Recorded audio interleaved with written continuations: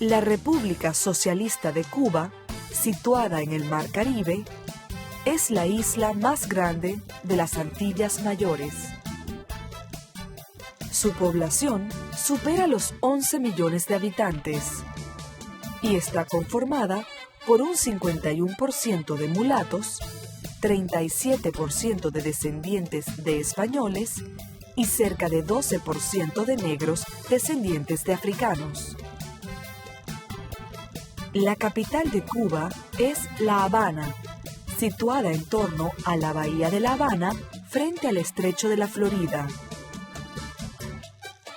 La bahía se comunica con el mar a través de un estrecho canal donde encontramos el Castillo del Morro, con su emblemático faro, la fortificación más antigua construida por los españoles en América. Desde la entrada de la bahía hasta la desembocadura del río Almenares se extiende el Malecón, la avenida más popular de toda La Habana.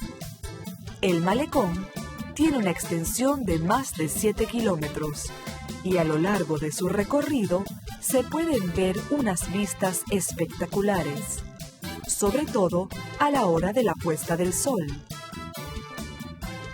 En la bahía también se encuentra el principal puerto de Cuba y el barrio de La Habana Vieja, el más antiguo de la capital, con edificios antiguos, muchos de ellos construidos en el siglo XVI.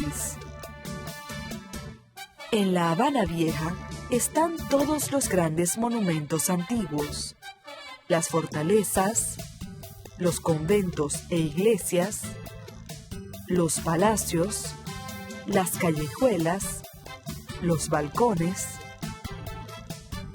La Habana Vieja es el conjunto colonial más rico de Latinoamérica.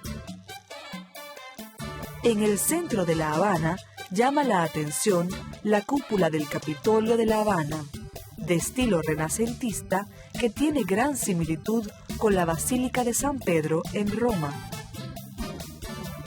La Plaza de la Revolución es el símbolo de la Revolución cubana. Parece que el tiempo detuvo su marcha en La Habana de la década de los 60. En sus calles transitan autos muy antiguos y gran cantidad de coches alados por caballos. El punto más alto de la ciudad es el monumento a José Martí, una estatua de mármol de 17 metros con una torre de 142 metros de altura.